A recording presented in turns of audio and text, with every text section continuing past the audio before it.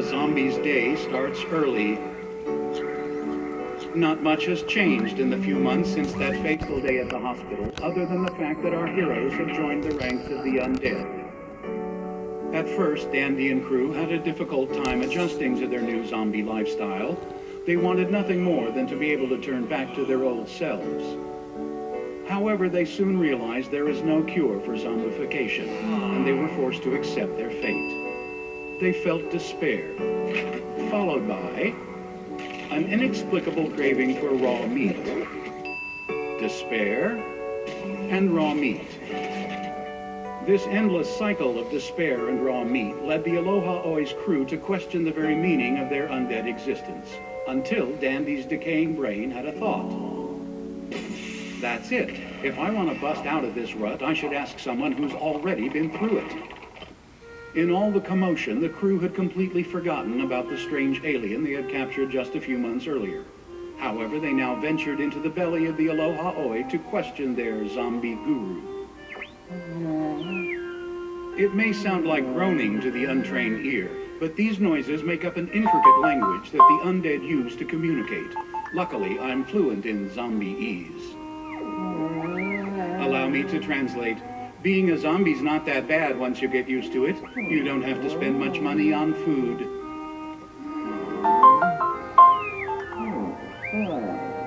The alien went on to say, this might sound strange coming from a zombie, but try to avoid eating meat. The cravings can be overwhelming at first, but they go away after a while. I prefer to eat yogurt because it makes me feel healthier.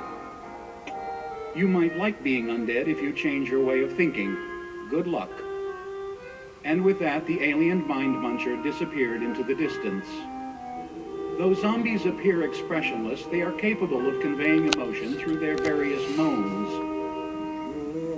This is joy. Here's anger. And of course, sadness.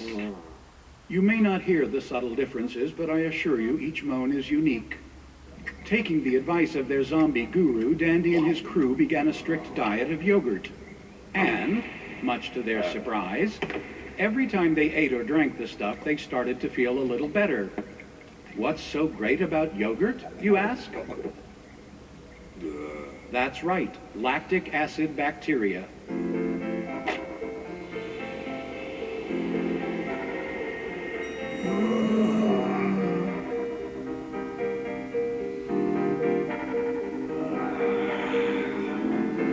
Rather than thinking of themselves as rotting, our heroes chose to believe they were fermenting. And that's all it took for them to change their negative outlook to a positive one. That's when Dandy realized, it's funny, there really isn't that big of a difference between being dead and being alive, baby. They learned to enjoy their zombie lifestyle, but there was one problem. Even if Dandy and his crew were to discover a new species of alien, they would never be able to capture it because they move so slowly now. Our heroes, who had once eked out a living as alien hunters, now found themselves incapable of doing the job. Despite their drastically reduced food expenses, they still needed money for the basics, such as fuel, electricity, and the occasional trip to boobies. Dandy may have lost his taste for hot wings, but he wasn't about to give up the breasts.